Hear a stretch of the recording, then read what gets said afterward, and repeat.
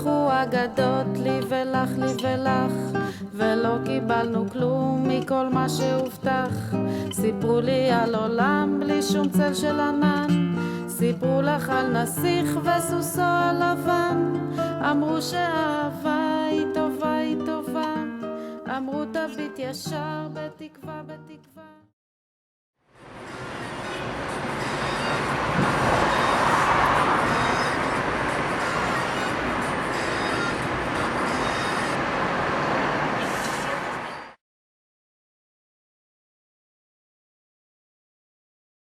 Eu não ligo para preconceito.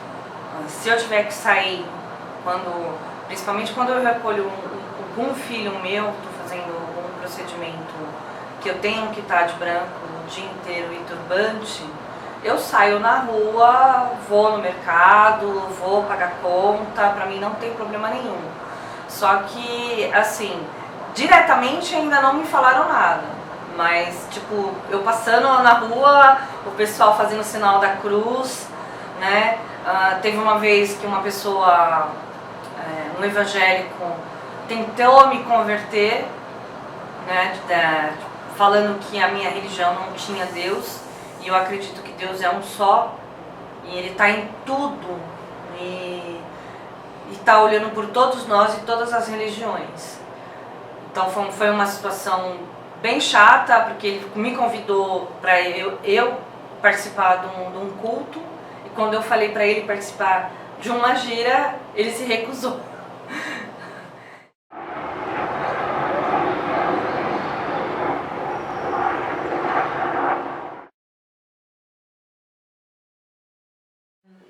Como muçulmana, os preconceitos, eles acontecem também, porque você é um ser humano.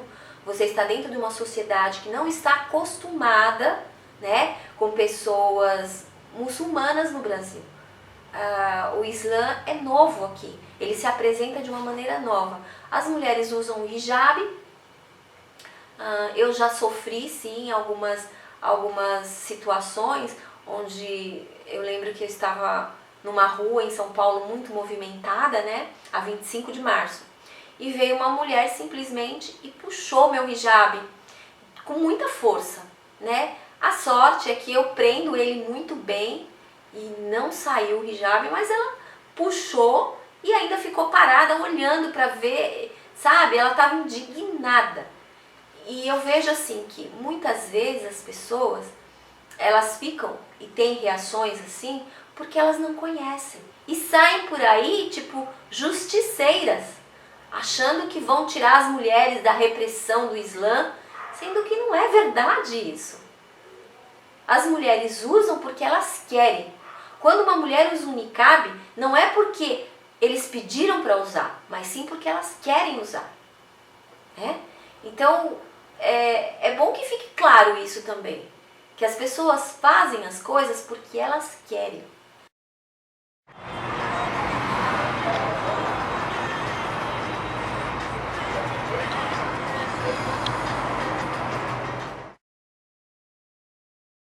Eu nasci em Jerusalém, vivi a maior parte da minha vida lá, cresci numa casa judaica laica, não religiosa, e até eu tinha muito preconceito sobre a religião, até um pouco em contra da religião.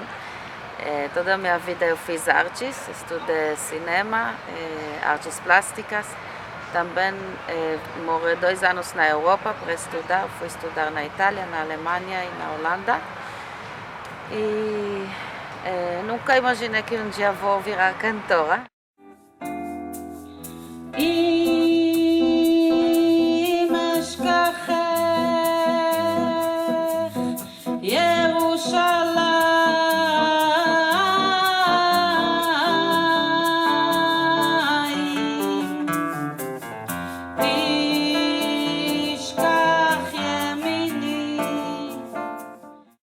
Na verdade, ele é o diretor grande do nosso filme, da nossa vida. Nós somos nós que dirigimos esse filme da nossa vida. E comecei a aprender muito. Fiquei estudando uns mais ou menos 5 anos, quando comecei a me interessar pela religião. E aí descobri toda uma Jerusalém diferente, porque tem uma Jerusalém bem de artista e outra Jerusalém bem de religião. E descobri muitas coisas e eu era sempre uma pessoa muito curiosa, quero saber tudo, conhecer tudo. Então, como nas artes passei por tudo, também eu fiz escultura, fotografia, poesia, muita coisa, sempre mudei de uma área para outra. Dentro da religião também eu procurei, porque dentro do judaísmo tem várias linhas.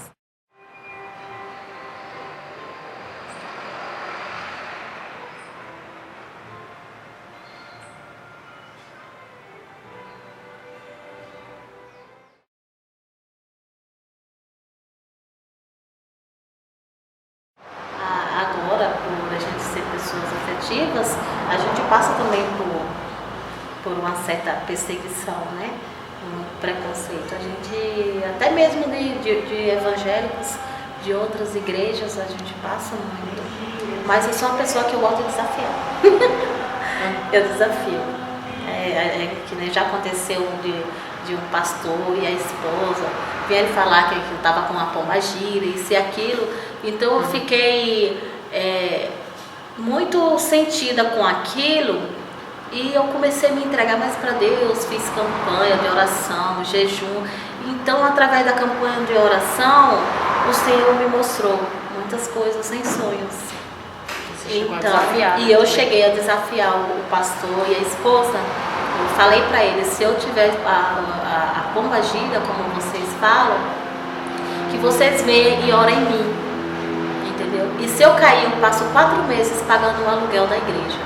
Agora, cuidado, porque a partir do momento que você colocar a mão na minha cabeça, você pode cair com a pombagira. Então eles ficaram com medo e arrecuaram. E aí depois eles falando, e ai de você jogar praga na minha vida, porque você jogando praga na minha vida volta para vocês em dobro. E hoje a igreja fechou, a igreja que eles tinham abrido fechou, entendeu? Não pelo fato de eu ter jogado o amaldiçoado, é pelo fato deles ter tocado numa pessoa que é ungido.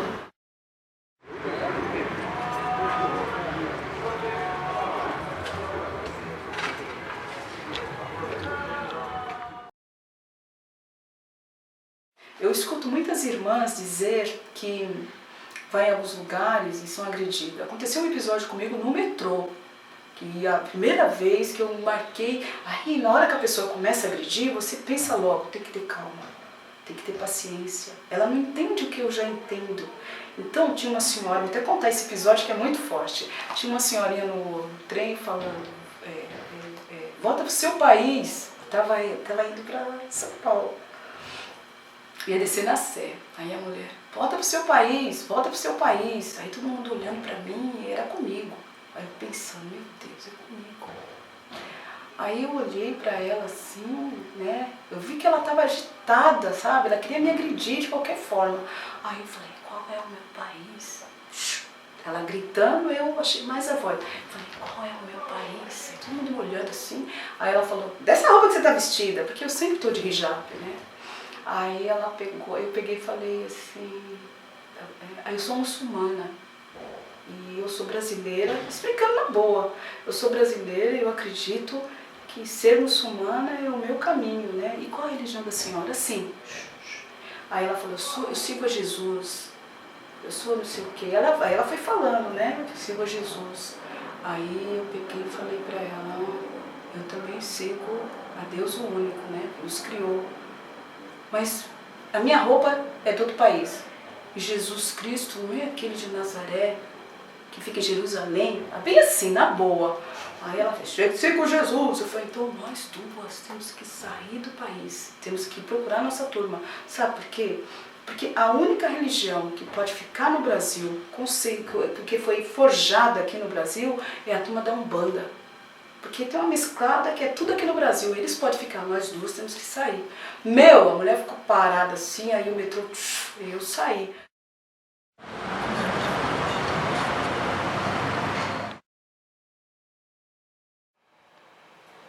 a questão da mulher, ela, assim, o papel da mulher fora na sociedade, ele reflete em qualquer segmento, né, de um lugar. Então, assim, o que era fora também era dentro da igreja, né? Então, na minha infância, a mulher era tolhida, não tinha muita participação. Por exemplo, o encargo de discipular, de lecionar, de dar aula era para os homens, a mulher só ficava lá com as criancinhas, né? Então, assim, eu acho que era um reflexo do que a gente via na sociedade, assim, de um modo geral, né, no Brasil.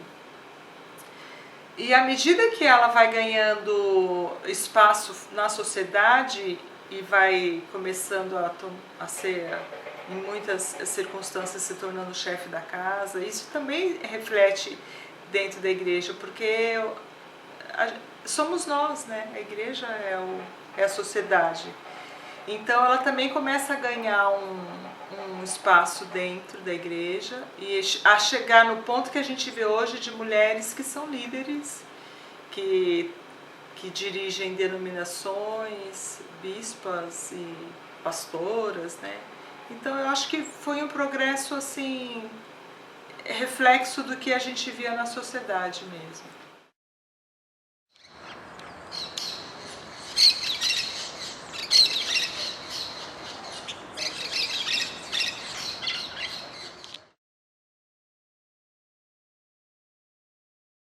A gente no Brasil vive um momento também complicado, né? Por um lado, você vê tantos espaços conquistados, por outro, a mulher continua sendo vista como objeto, continua se comportando como objeto. Então é uma coisa que a mulher também tem que crescer dentro dessa luta, né? Se afirmar como mulher, como pessoa, não como uma coisa.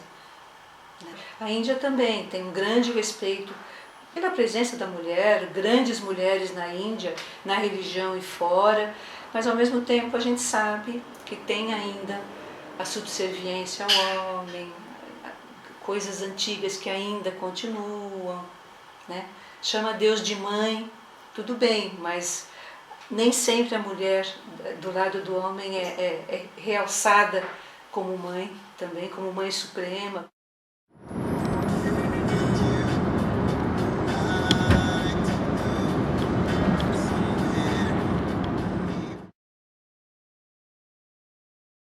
Eu costumo dizer até para os meus amigos, né? Assim, eu tive um presente muito grande no universo. Eu encontrei o meu caminho muito cedo.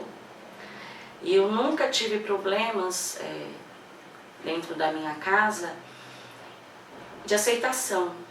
Assim, nunca tive que fazer nada escondido, porque você fala bruxaria, não? Nossa, ai, que medo, né? E eu sempre tive uma aceitação muito legal dentro da minha casa. Claro, assim, nossa, mas que isso? Bela? Ah, bater tambor de novo. Todo amor que vem da grande mãe vive através de mim, através de você. Vida que flui, que corre, se transforma. E aí você canta. Pra mim, eu não consigo estabelecer uma relação hoje na minha vida que a pessoa que está se relacionando comigo, em qualquer aspecto, não entenda a minha espiritualidade, não aceite. Para mim, não serve.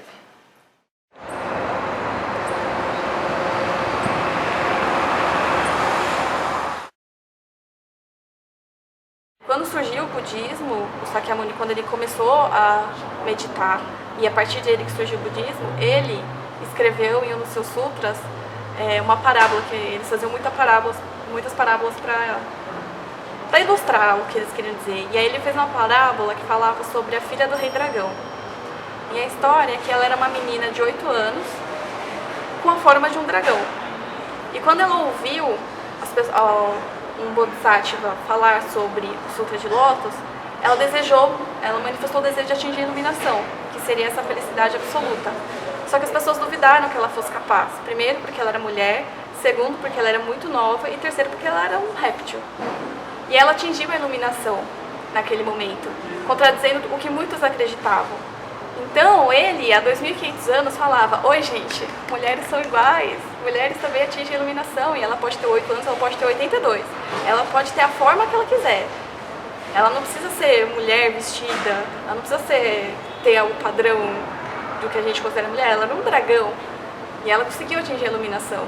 Então por que vocês estão aí ainda batendo nessa tecla? E aí desde então, dentro do budismo, como a gente sabe que a sociedade ainda é super machista, super complicada para as mulheres, a gente, apesar de a gente não falar sobre o feminismo especificamente, a gente tem trabalhado sobre o empoderamento no sentido de tome as rédeas da sua vida, não deixe que as coisas aconteçam. Porque a mulher, pelo menos no budismo, uma característica dela, ela faz as suas orações, mas ela é mais fechada. E aí, então, a ideia do budismo agora é tentar fazer com que essa mulher se sinta mais livre para ela fazer o que ela quiser. A mentalidade oriental e a mentalidade ocidental caminham por linhas diferentes, né? Então, você vê, no Oriente, Deus está em tudo.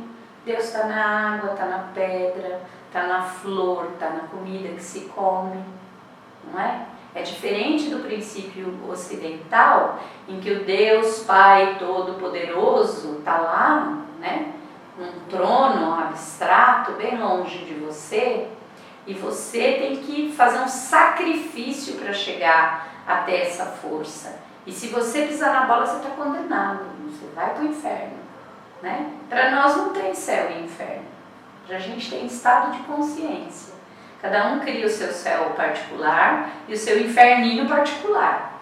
Ter conta para pagar e não tem dinheiro, pronto, já está no inferninho particular. Gosta de alguém e não é correspondido, já está no inferninho particular, entendeu?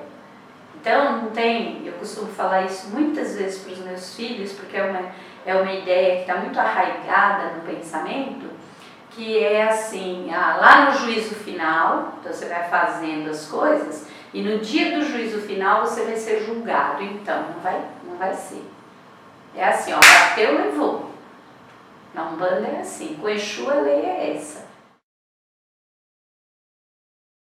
Quando a gente lê a Bíblia, eu creio que deveria haver um certo despojamento cognitivo para você poder adereçar esse livro tão antigo, essa cultura tão antiga, essas ideias, como elas estão, como mais ou menos foi a intenção dos autores, dos editores, ou mesmo do cânone.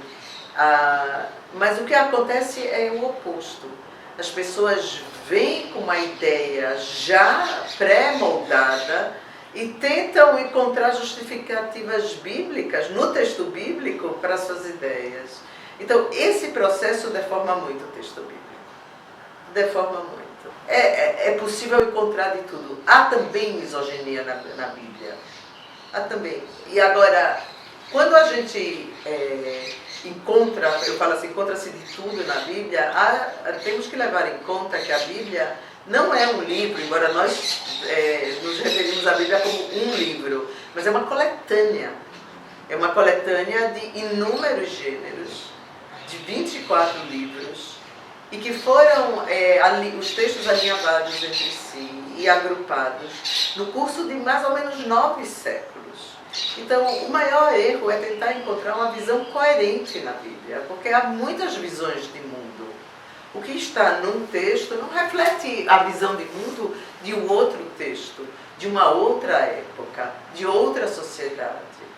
Então, essa compreensão da Bíblia, que parece uma compreensão meramente literária e acadêmica, na verdade, ela abre nossos olhos para a natureza do escrito bíblico, como ele se apresenta aqui na nossa frente. No começo eu ia, escutava a palavra, até então não fazia diferença nenhuma na minha vida, era como se eu recebesse um panfleto falando de Deus, lesse e acabasse ali, entendeu? E então eu ia para a igreja assim, eu não tinha muita assim força, vontade para ficar, né?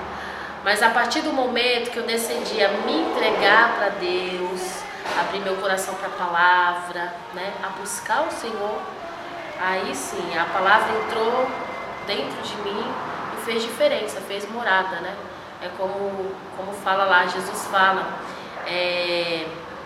aquele que bate na porta do seu coração, se ouvir a minha voz, eu entrarei em sua casa e morarei com ele, e ele morará comigo. Então Jesus veio, bateu na porta do meu coração, eu abri e ele entrou. E está até hoje, e não vai sair mais. O meu cabelo, ele é mais macio, é mais fácil de lidar. Por causa que eu não pego o sol, não pego o vento, né? E as pessoas falam, mas só isso? Não, porque o hijab quer dizer proteção.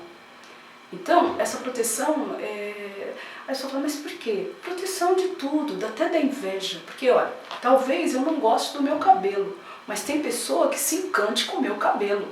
E aí, isso dá um ar de inveja. E essa pessoa também peca por isso. Então, essa proteção valoriza essa ideia. Né? Que nem, ó, essa parte aqui tem que ser coberta. Então, hoje eu vejo que a mulher, ela se transformou em objeto, né? Objeto de uma produção de alguma coisa. Então, vai fazer um comercial de uma bebida, vai fazer um comercial de alguma coisa, de um sutiã, de uma coisa, então mostra a mulher. Então, a mulher, ela acaba perdendo aquele carinho que Deus deu para ela, né? No meu caso, eu acho que o meu desafio tem a ver com eu não sei a palavra exata em português, eu acho que modesta. Modéstia. Que realmente mulher religiosa no comum não aparece. Ela é muito para dentro, ela está em casa, ela não tenta de chamar a atenção e claro que ela não canta no YouTube. Então, no meu caso, é um desafio, porque como eu fui artista sempre, eu queria continuar com essa arte e meu rabino aqui, que eu gosto muito, chama Shia Pasternak, ele que me deu o apoio de fazer o que estou fazendo. Ele me deu o apoio de gravar o CD, porque estou levando para Deus. Ele me deu o apoio de postar coisas minhas no YouTube, porque tem muitas mulheres jovens que chegam a se aproximar por causa de ver o meu caminho. E eu também estou quebrando o preconceito delas. Mas, do mesmo tempo, eu não posso muito aparecer para homem, porque a religião restrica isso. Então, meus shows são solamente para mulheres. Se vou ter um admirador que vai colocar peruca, não vou matar ele, vou deixar ele ver, mas é para mulheres. Não é que não exista um Deus, sim, ele existe, ele não tem aquele formato, não tem nada a ver com o Deus cristão. Mas é você se reconectar com a deusa. Diferente da igreja cristã, que só tem um Deus. E ele tem um filho. E pronto, e acabou a história. Só tem essas figuras. E tem um Espírito Santo, que ainda é menino. Né? Mas a Deus é tão foda, que mesmo com todo esse massacre, mesmo que parecesse assim na pontinha do dedo mindinho, ela ainda se manifesta. O cristianismo não foi capaz de apagar totalmente. Então a gente ainda encontra no cristianismo figuras femininas. É uma face da deusa que foi extremamente deturpada? Sim. Ela não tem nada a ver com a deusa que a gente adora, que a gente reverencia. Não tem absolutamente nada a ver. Mas ainda assim, você consegue perceber que o patriarcado ele não pode e ele não tem o poder de anular o poder feminino. Ele vai estar lá, meio capenga assim, mas ele está lá. Ele é manifesto. Ele tem que se empoderar, aí já são outros 500, é outro processo, mas ele está lá. Quando eu olho para a Trindade, que embora seja a união assim, de 3 amigos, né? Mas eu olho para o Filho, eu olho para o Pai, e quando eu olho para o Espírito Santo, tem alguma coisa de feminino nele para mim, né? Que na verdade o Espírito Santo é aquele que gera, né? E o feminino é o que gera. De maneira geral, a gente tem uma relação com o divino no feminino, principalmente, né? Existem outras correntes, por exemplo, os Vaishnavas, que a gente conhece aqui no Ocidente, os Hare Krishna, né? Que eles seguem um outro aspecto de Deus, que isso também é importante esclarecer para você. Para você, que eu acho que é legal você saber. Você já deve ter ouvido falar de Brahma, Vishnu e Shiva, como se fossem 3 deuses, como se tivesse trocentos deuses, mas só tem um, que é Brahman, com N. Só que ele tem vários aspectos. Então tem um aspecto Brahma, tem um aspecto Vishnu, tem um aspecto Shiva, tem um aspecto Durga, que é a Mãe Divina, é um dos nomes da Mãe Divina, mas é o mesmo Brahman, que não é um ser corpóreo, né? Não é um ser. A gente não sabe dizer o que ele é, ninguém sabe dizer o que Deus é.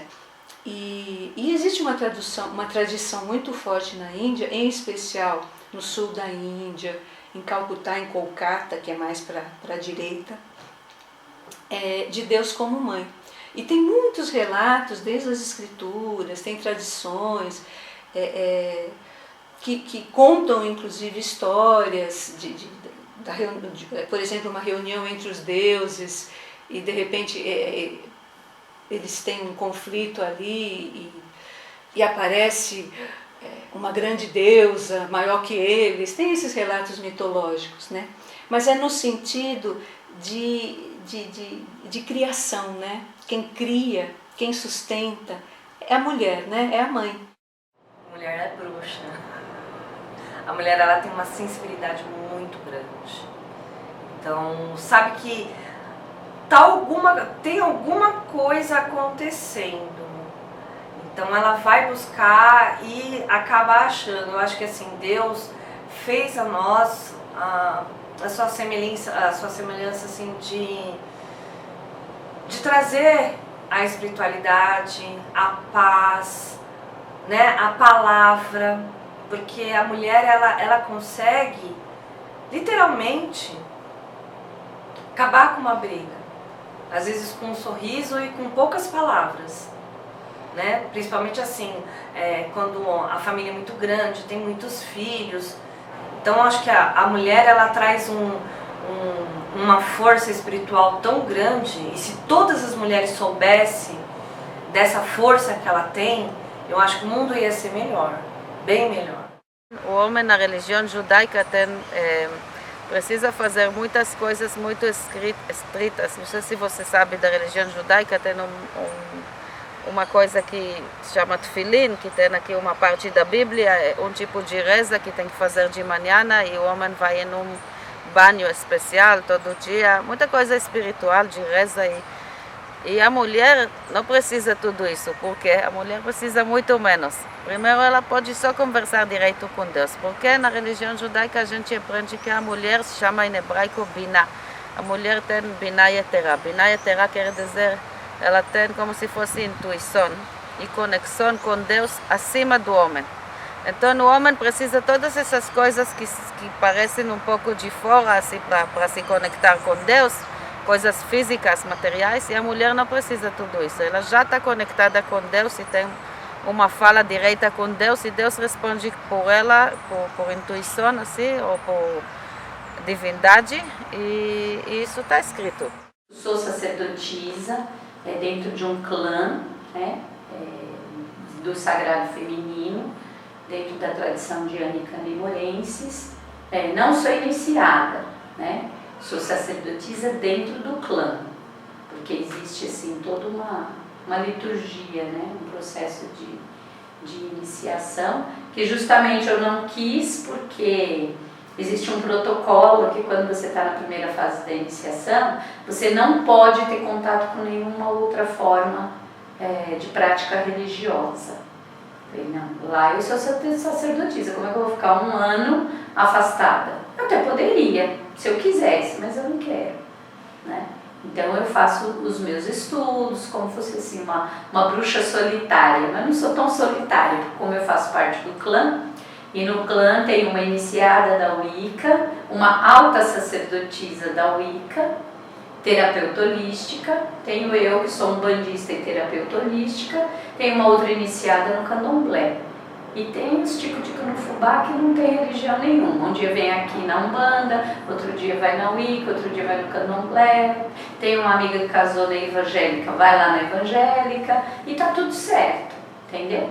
Até porque essa busca, ela necessita de experimentação, né?